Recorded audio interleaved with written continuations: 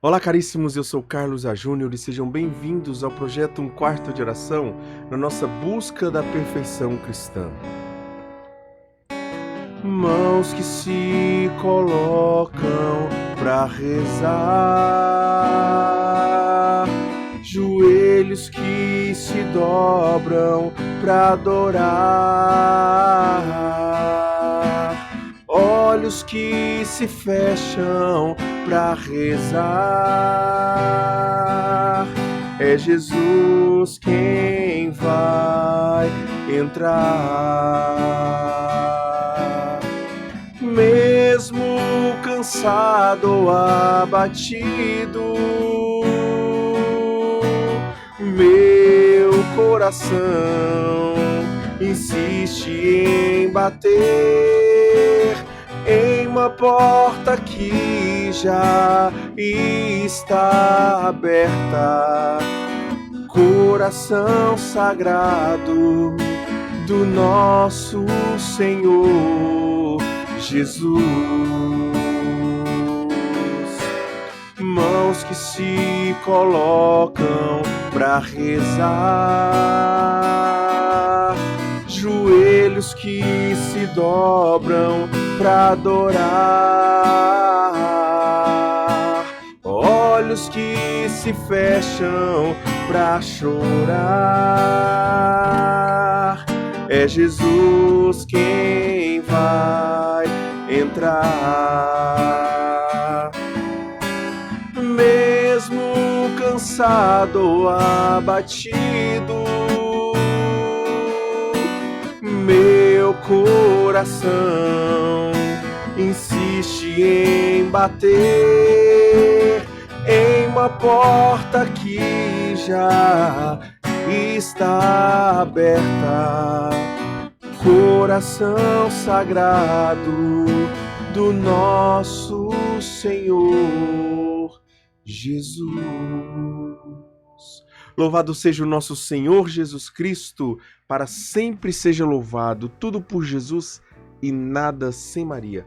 Então nós começamos mais um vídeo daqui da nossa busca da perfeição cristã em ritmo de oração, em ritmo de conformidade com a vontade de Deus. Bom, para então explicar, um pouco, nós agora estamos tendo 2 vídeos por semana nesse canal, Então, além dos vídeos da busca da perfeição cristã, eu estou dando catequese para as crianças. Então, como é que eu estou fazendo isso?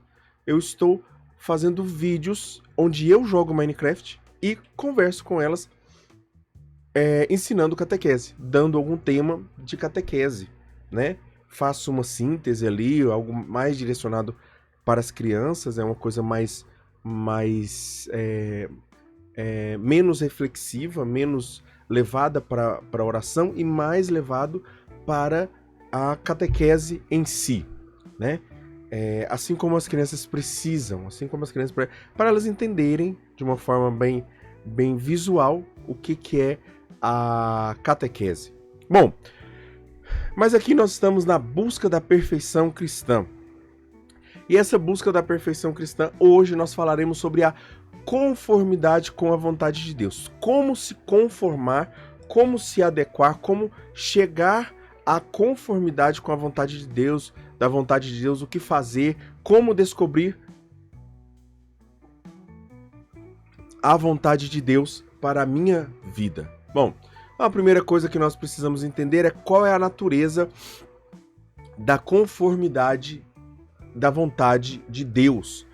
Conformidade com a vontade divina, ou conformidade com a vontade de Deus, significa a completa e amorosa submissão da nossa vontade à vontade de Deus. Então existem 2 vontades, a minha vontade e a vontade de Deus. Essas 2 vontades precisam estar em conformidade, obviamente. A minha vontade deve se conformar à vontade de Deus. Essa submissão, e essa submissão amorosa, ela é uma submissão amorosa, ou seja, eu faço por amor, movido por amor, ela abrange 2 tipos de vontade. A vontade significada, 2 tipos de vontade divina, a vontade significada e a vontade de beneplácito. E esses são os 2 modos da vontade de Deus. A vontade significada é o quê? É a regra moral clara para todas as ações revelada por meio dos mandamentos e conselhos. Ela nos diz explicitamente o que devemos fazer. Então, por exemplo, a vontade de Deus é que nós participemos da missa todos os domingos. A vontade de Deus é que nós não matemos. A vontade de Deus é que nós não pequemos contra a castidade. Essa é a vontade de Deus, né? Além disso, claro, obviamente, todos os conselhos evangélicos, todos os conselhos dentro do evangelho, conselhos de Jesus, né? Também são vontades significadas, que já têm um significado para as nossas vidas, que já têm um sentido claro, objetivo para as nossas vidas. Porém, também nós temos a vontade de beneplácito. É como Deus governa todas as coisas com a sua sabedoria. Então, uma morte, uma tragédia inesperada, uma doença, alguma coisa que não está nos nossos planos, né? Ou que de certa forma acontece, um desemprego, para que Deus possa realizar a sua vontade na minha vida, né? Por uma questão de crise financeira, eu conheci a Deus, de certa forma, porque os meus pais passaram por uma crise financeira na época. Eles passaram por essa crise financeira e aí eu tive que mudar de escola. Mudando de escola, eu conheci as pessoas que me levariam para a igreja, me levariam para o grupo de oração.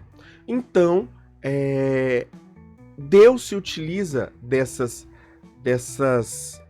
particularidades da nossa vida, de forma especial, dessas realidades, para que nós possamos chegar até Ele, né? Ele utiliza desses bens para nós chegarmos até Ele. Por isso, por essas coisas, Ele vai governando e tendo o comando do mundo e das nossas vidas em suas mãos. São acontecimentos providenciais dentro ou fora de nós, para a sua glória e para a salvação da humanidade.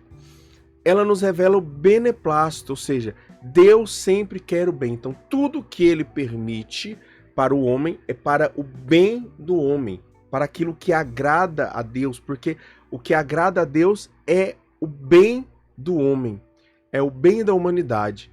Então, se agrada a Deus, é bom para a humanidade, através do que Ele permite que aconteça. Portanto, para entender melhor essa doutrina, precisamos aprofundar o que é cada uma dessas vontades e os graus de submissão à vontade de Deus, à vontade de beneplácito. Então, vamos lá. O que é a vontade de Deus e o que fazer? A conformidade com a vontade de Deus significa... aliás, a conformidade com a vontade significada de Deus é querer praticar tudo o que Deus nos revelou como sua intenção para nós. Isso inclui não apenas o que devemos crer, esperar e temer, mas também o que devemos amar e especialmente os mandamentos e conselhos que Ele quer que nós sigamos. Então, Ele já coloca isso, já é claro isso para nós, aquilo que Ele nos ordena. Essa vontade significada de Deus compreende 4 pontos principais. Então anota aí esses 4 pontos principais. Primeira coisa que Deus quer que a nossa vontade deve se conformar com a vontade de Deus. Em relação aos mandamentos, leis de Deus, leis da igreja e as leis justas, né? Leis justas aqui seriam as leis humanas que são justas, né? Por exemplo, algo que pagar alguma espécie de imposto, né? Deus, como nosso Senhor soberano e infinitamente bom e sábio, Ele nos manda apenas o que é para a sua glória e nossa felicidade. Então, tudo o que Deus nos manda é para a sua glória e para a nossa felicidade. Devemos, então, nos submeter com docilidade às suas leis. Sejam elas leis naturais, divinas, eclesiásticas da igreja, né? E civis e justas, pois toda a autoridade legítima vem dele. O próprio Senhor Jesus vai dizer isso. Obedecer aos superiores dentro da sua competência é obedecer a Deus, e resistir-lhes é resistir ao próprio Deus. A observância fiel das leis nos aproxima de Deus, pois a lei é expressão da vontade de Deus, da sua vontade. Os deveres de Estado, ou seja, as nossas responsabilidades em relação à nossa vocação específica, como por exemplo um pai, um catequista, um profissional, eles também são mandamentos particulares. Então o pai tem a obrigação de prover para dentro da casa, né? É um mandamento para o pai. O catequista tem a obrigação de se sempre estar informado do conteúdo que ele dá dentro da sua turma de catequese. É impossível santificar-se sem guardar os mandamentos e os deveres de Estado. Então a pessoa que diz que ela está buscando a santidade, mas ela não está buscando fazer o mínimo que é possível fazer, ela não está fazendo. O próprio Jesus vai dizer isso. Quem é fiel no pouco, não é fiel no muito, aquele que não é fiel no muito, aquele que não é fiel no pouco. Negligenciá-los para fazer outras obras boas é uma ilusão perigosa.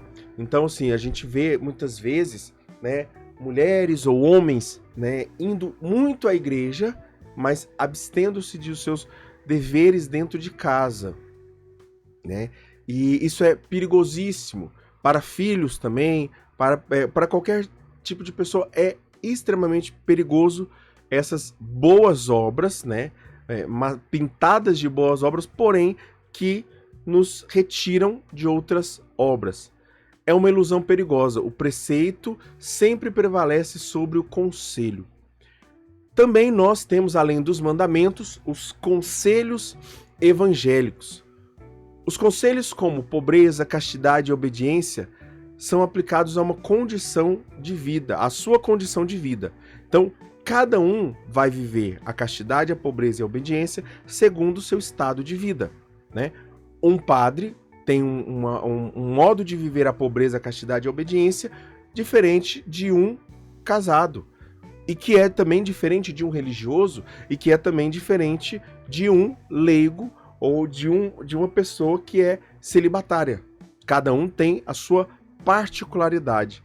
Não são estritamente necessários para a salvação, mas são essenciais para quem busca a perfeição.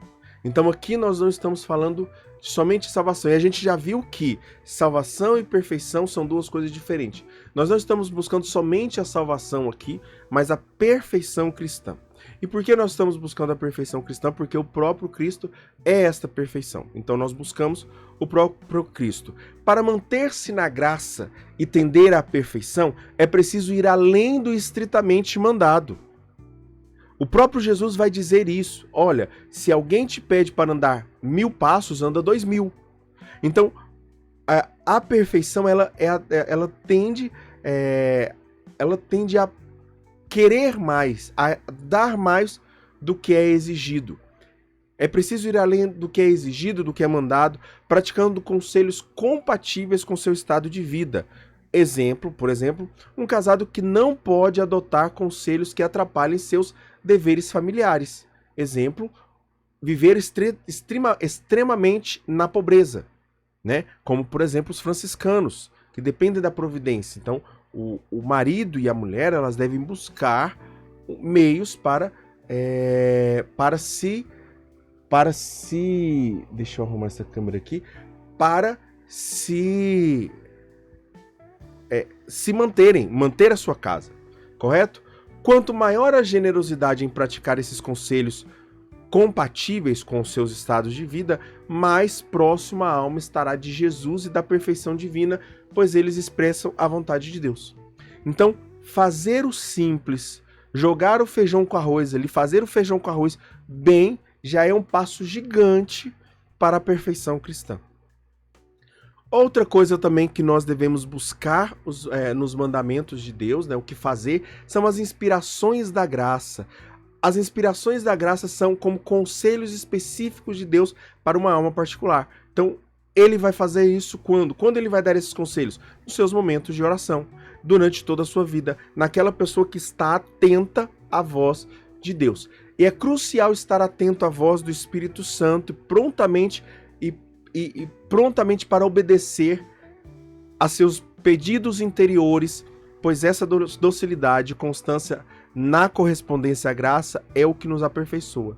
Deus vai nos dando pequenos gestos, vir aqui, vai por aqui, para que nós possamos chegar à perfeição. E atenção, é evitar submeter essas inspirações a um diretor espiritual experiente.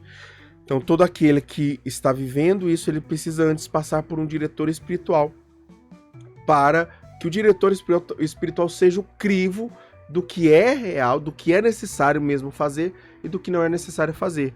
Porque a nossa imaginação, ela pode iludir muitas vezes, né? Uma regra prática é inspirações comuns que às vezes as pessoas mais fervorosas podem ser seguidas depois mencionadas ao diretor. Então, primeiro você pode seguir, mas depois mencione ao diretor, certo? Inspirações extraordinárias devem ser consultadas antes. Então, inspirações mais comuns, né?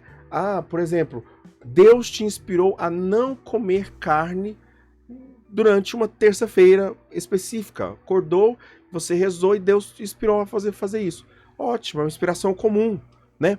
Agora, se Deus te inspira, né? Ou pelo menos você tem a inspiração de que essa inspiração se prolongue mais, converse com o seu diretor espiritual, né? Ou uma outra coisa, algo que vai impactar na sua vida. Então isso também deve ser observado.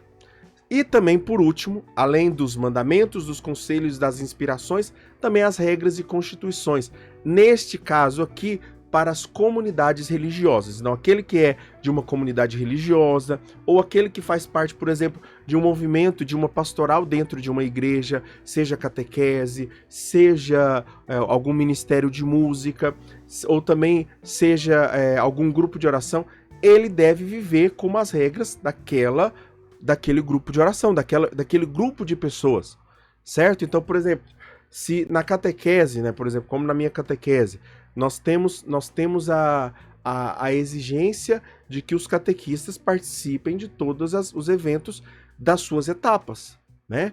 Ou daqueles eventos os quais são responsáveis por eles. Então, é uma das obrigações, né? Então, o catequista que abraça, mas não abraça todos ou não abraça as suas responsabilidades de forma concreta, eles também não está buscando a perfeição cristã. Então, isso aqui vai tanto para o grupo de oração como comunidades também. E essas regras, elas explicitam a obediência que nós devemos ter para as pessoas. Embora possam ser pequenas falhas por fraqueza e que não sejam de fato pecados graves, mas negligenciá-las voluntariamente é uma perda de méritos e um abuso da graça. Então, é como se a pessoa não estivesse pecando, mas é como se ela estivesse dizendo, ela está fazendo corpo mole. Ela não está pecando, mas ela está perdendo méritos que ela poderia ganhar sendo obediente, né? E ela está abusando da graça. Guardar a regra é um dos meios mais seguros de fazer a vontade de Deus e de viver. É aquilo que eu disse, né? Sendo fiel no pouco, quanto menor for as coisas e eu conseguir ser fiel, porque é mais difícil ser fiel nas coisas que não se veem, nas coisas pequenas, né? É mais difícil, porque quando você está atento às coisas pequenas, as grandes não passam tão facilmente, né? Então, quando você está atento às pequenas, né, as grandes, principalmente, elas são evitadas com mais facilidade, certo? Também nós precisamos aceitar a providência de Deus, que é a vontade de beneplácito, Além da vontade de Deus, que é a vontade significada, nós temos também a vontade de providência, a vontade de beneplácito, que é a submissão amorosa a todos os acontecimentos providenciais em nossas vidas, aqueles que Deus permite ou que Ele deseja para nós, para o nosso bem maior, especialmente para a nossa santificação. E aqui nós vamos ter 3 desses exemplos de situações que acontecem na nossa vida, que são permissão da vontade de Deus em nossas vidas. Primeiro, a providência. O que é o fundamento da providência de Deus? Nada acontece sem a vontade ou permissão de Deus. Nós precisamos entender isso. Nada. Nada. Nenhum acidente, nenhuma doença, nenhuma tragédia, ou até mesmo as coisas boas, não acontecem se não for da vontade de Deus. Porque Deus, além de ser sábio e bom, ele é infinitamente poderoso e tem controle sobre todas as situações. Tudo que ele permite, mesmo que não entendamos, visa o nosso bem. Para compreender isso, precisamos ver a vida sob a luz da fé e da eternidade. Olhar não para o momento atual, mas para o momento eterno, focando na glória de Deus e na salvação das almas, e não apenas na felicidade terrena e atual e pontual, né? Ou seja, da nossa atualidade. As provações são meios de purificação, virtude e mérito para a glória de Deus. Então essas pequenas purificações que Deus permite são prova da vontade de Deus para a nossa vida. Para a nossa vida. São prova da vontade de Deus para a nossa vida. Nosso dever é submeter-nos a Deus em tudo, nas alegrias, tristezas, calamidades, infortúnios, clima, sofrimentos, perdas, diferenças de dons, riqueza ou pobreza, sucessos ou fracassos, aridez ou consolação, doença ou saúde e até mesmo na morte. Como Jó, devemos aceitar tanto o bem quanto o mal da mão de Deus. O livro de Jó ele vai explicar claramente isso, de que é algo que é natural do judeu entender isso. O judeu entende perfeitamente isso. Ele não entende que o mal vem do demônio e o bem vem de Deus. Ele entende que tanto o que é bom quanto o que é ruim vem de Deus. Só que ele entende que o que é ruim e o que nós deveríamos entender, assim como os judeus, é que o que é ruim vem por vontade de Deus, mas para o nosso bem. Porque é ruim aos nossos olhos, é ruim à nossa limitada imaginação e cabeça, né? A nossa mente. Nós não conseguimos, nosso entendimento não consegue perceber e entender por que aquilo é bom, sendo que está me fazendo mal, um mal visível, né? Também, quais são as razões para nos submetermos a ela? A submissão aos acontecimentos adversos é um dever de justiça e obediência, porque Deus é o nosso Senhor Supremo. Então, o que Deus quer, nós devemos acatar e é justo que nós obedeçamos. Também por uma questão de sabedoria, um dever de sabedoria. Resistir à providência é tolice. A paz está na resignação. A paz está em você se adaptar. Também é um dever de interesse, porque Deus nos prova para o nosso bem, exercitando nossa virtude e aumentando nossos méritos. Também é um dever de amor. O amor verdadeiro envolve a doação total de si, mesmo na imolação, como o próprio Senhor Jesus Cristo. Os meios para suavizar o sofrimento e facilitar a submissão. Para aqueles que ainda não amam a cruz, há formas de aliviar o padecer. Por exemplo, não agravar o sofrimento. Então, não junte os males passados, presentes e futuros, criando um fardo insuportável. Ou seja, a pessoa já está sofrendo e ela vai buscar ainda o pecado. É algo que ela está agravando o sofrimento dela. Basta cada dia o seu cuidado. Não remoa mágoas passadas. Use-as para ver os benefícios. Então, o que alguém fez para você, entenda que Deus utilizou-se daquela pessoa, ainda que a pessoa pecou, né? E Deus não fez a pessoa pecar, mas Deus utilizou-se do pecado dela para que você seja santificado. Por isso nós não devemos guardar mágoas. Um dos motivos para os quais nós não devemos guardar mágoas das pessoas é justamente por isso, é entender que Deus está no controle de todas as coisas. E quando Deus está no controle de todas as coisas, eu não estou olhando para o sofrimento, mas estou olhando para Deus. E isto é fé.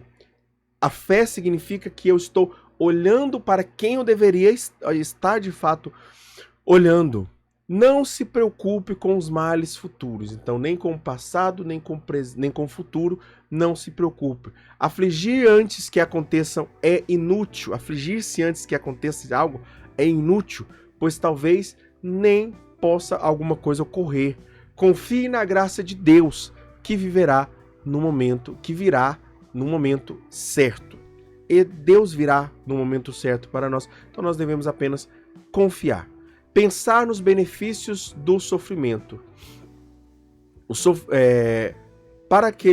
Porque o sofrimento ele é educador. O sofrimento ele ensina. O sofrimento nos lembra que a terra é um exílio e que a verdadeira felicidade só está no céu. No céu não haverá sofrimento.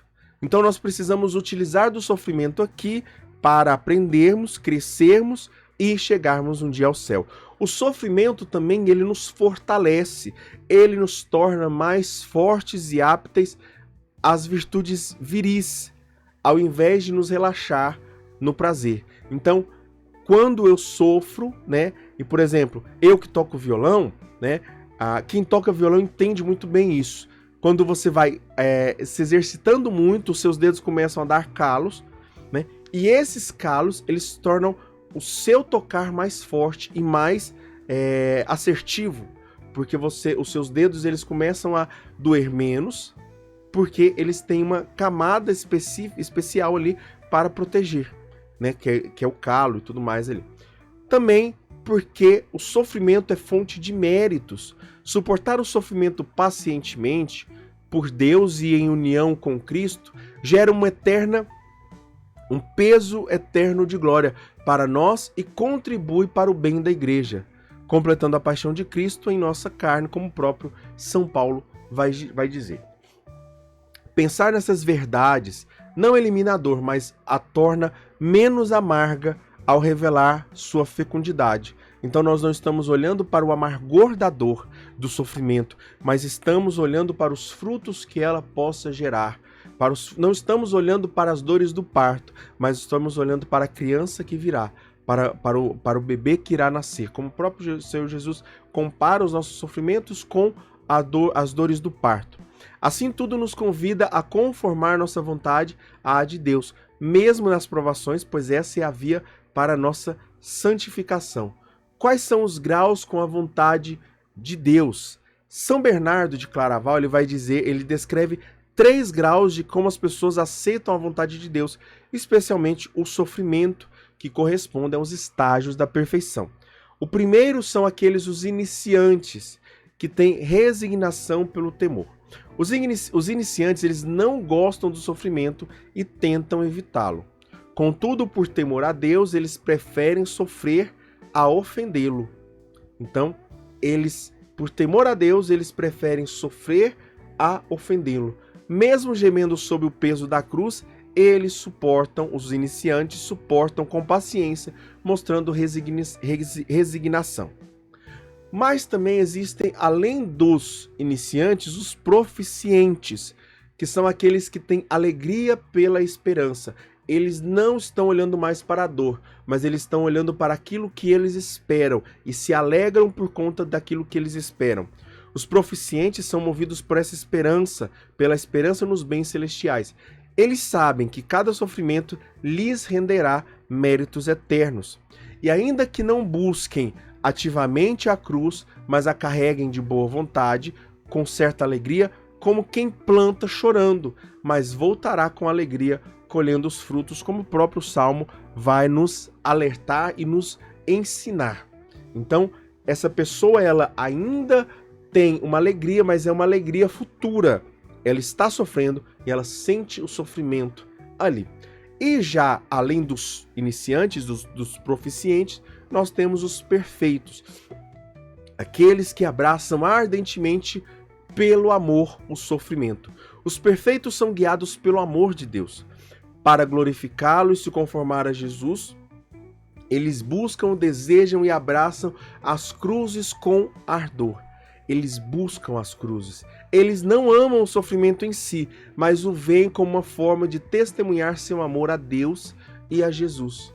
Assim como os apóstolos, eles se alegram em ser ultrajados por Cristo e transbordam de alegria nas tribulações. Este último estágio é conhecido como santo abandono de Deus.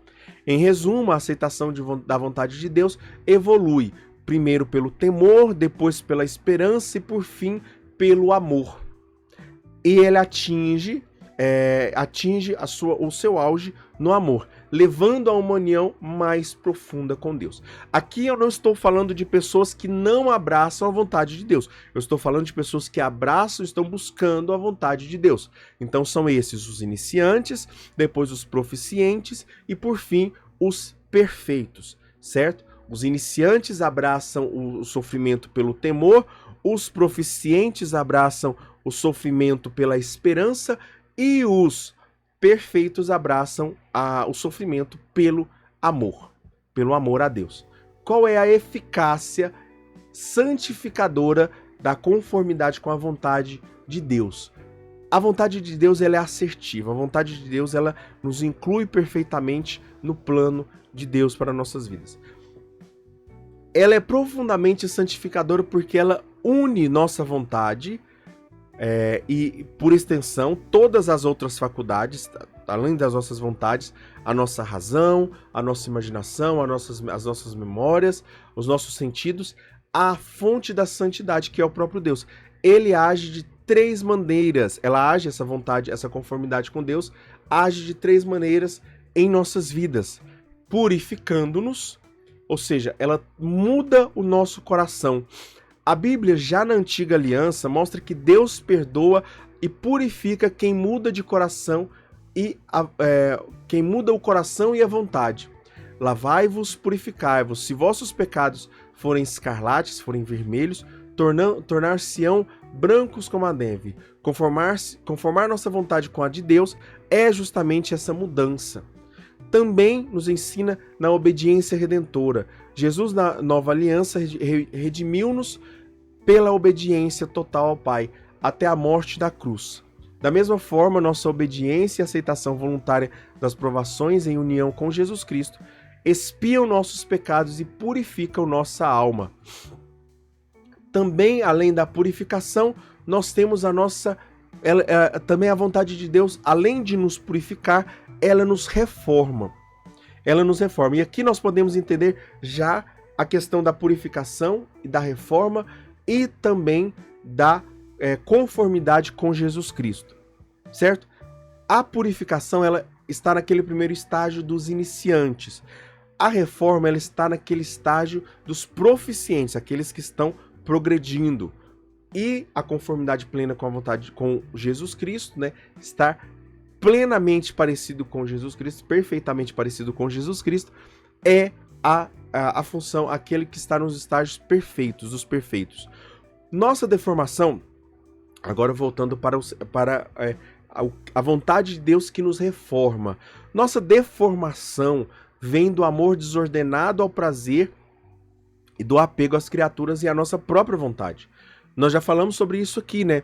Que o pecado ele está porque nós estamos apegados ao prazer e às criaturas e não ao próprio Deus. E a vontade de Deus ela nos cura da malícia, ela nos restaura a fraqueza. Quando nós aceitamos os juízos de Deus como os nossos e os seus mandamentos como nossa regra, nos desapegando das criaturas e de nós mesmos, eliminando a malícia que surge desses apegos. E também restaura a nossa fraqueza, nos deixamos de confiar em nossa fragilidade e passamos a nos apoiar em Deus. Ele, sendo onipotente, compartilha sua força, permitindo-nos resistir a tentações e superar fraquezas. Ao fazer a vontade de Deus, ele ouve nossas orações e nos sustenta. Assim, paramos de ofender a Deus deliberadamente e reformamos nossa vida. E por fim, para os perfeitos, eles se conformam com a vontade de Deus. A vontade de Deus, ela conforma-nos a Jesus Cristo.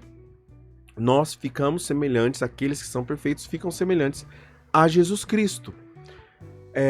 Isso por uma união de vontades. A conformidade com a vontade de Deus nos une à forma íntima e profunda à vontade de Jesus, cujo alimento era fazer a vontade de seu Pai.